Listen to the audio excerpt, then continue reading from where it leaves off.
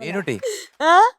ഉറങ്ങിയില്ലയോ അതോ ഉറക്കം കൂടിയോ? ഉറക്കം കൂടിയതാന്ന് എനിക്ക് തോന്നുന്നത്. കൂടിയതാണല്ലേ? തോന്നുന്നതാണോ? അല്ല, ഉറക്കം നമ്മൾ കൂടി. കാലത്ത് എണ്ണീറ്റ് കഴിയുമ്പോ നമുക്ക് കൃത്യമായിട്ട് ഉറങ്ങിക്കഴിഞ്ഞാൽ നമുക്കറിയാം. അല്ല, എനിക്ക് അങ്ങനെ സാധാരണ കുഴപ്പമില്ലാത്ത, ഞാൻ എന്നെ വിളിച്ചില്ലെങ്കിൽ ഞാൻ എത്ര നേരം വേണം ഉറങ്ങും. അങ്ങനെ ഒരു കഴിവ് എനിക്കുണ്ട്.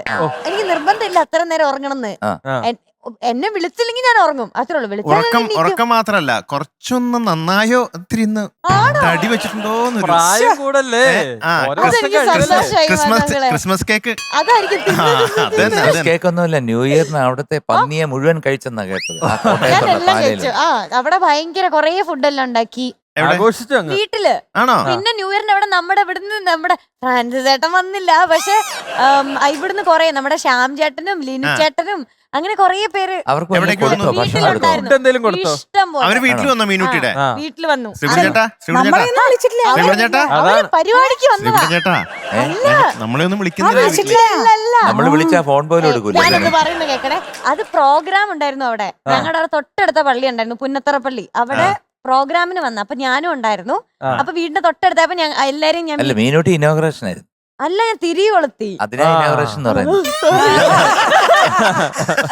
തിരി കൊളുത്തുന്ന ഇങ്ങനെ കൊളുത്തിട്ട് ഇവിടുന്ന് ഇങ്ങനെ ഗ്ലാമറിന്റെ കോട്ടം തട്ടിയിട്ടില്ല. മീനുട്ടി സ്വപ്നം കാണാറുണ്ടോ? ഇഷ്ടംപോലെ. പിന്നെ ഞാൻ ഇന്നും കൂടി ഒരു സ്വപ്നം. എന്താ കണ്ടത്? ഇന്നെപ്പോ ഇന്നലെയാണോ? ഇന്നലെ ഉറക്കത്തിലാണോ? ഇന്ന് ഉറക്കത്തിലാണോ? ഇല്ല, ഇന്ന് രാവിലെ. അതുകൊണ്ട് ഉറക്കം അത്ര ശരിയായില്ല. എന്നെ കണ്ടേ?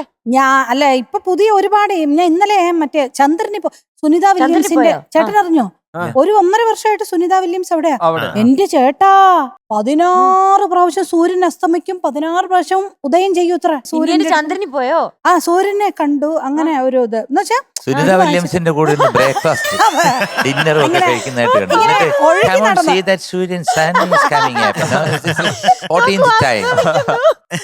അപ്പൊ അവിടെ നിന്നുണ്ട് മറ്റേ കൗസല്യ വരുമ്പോഴത്തേക്ക് കീർത്തനമൊക്കെ പാടി. ചേട്ടാ, പക്ഷെ ഒന്ന് പാടാ 16 പ്രാവശ്യം ഉദയം ഒരു ദിവസം അല്ലേ? നമുക്കൊരു കാര്യം ചെയ്യാം, പാവപ്പെട്ട സൂര്യനെ വിടാം. സ്റ്റഡീസ് ഒക്കെ ഒന്ന് മാറ്റി വെക്കാം.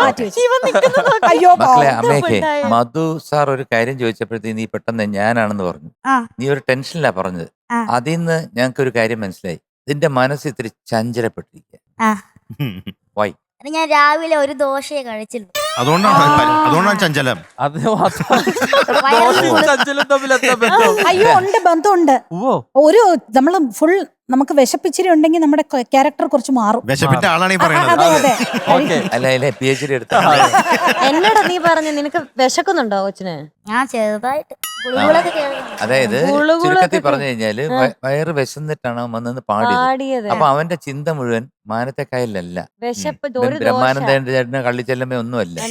കാരണം ഒരു ദോശ ഞാൻ കഴിച്ചുള്ളൂ, മാനത്തേക്കായൽ ഒരു ദോശയും കൂടെ കഴിക്കാൻ. ചട്നിക്ക് കുറച്ച് മക്കളെ, നീ കേറുന്നതിന് മുമ്പ് ഒരു 10 ദോശയെങ്കിലും കഴിച്ചിട്ട് നീ കയറി. മിനിമം. MG ഞങ്ങൾ ഈ ക്വസ്റ്റ്യൻ ചോദിച്ചപ്പോ അങ്കിൾ വിചാരിച്ചു, അങ്കിളെ എനിക്ക് പേടിയാവുന്നുണ്ട്, എലിമിനേഷൻ ഒക്കെ അങ്ങനെ എന്തെങ്കിലും എന്തോ ഞാൻ വിചാരിച്ചു. പക്ഷെ ഞാൻ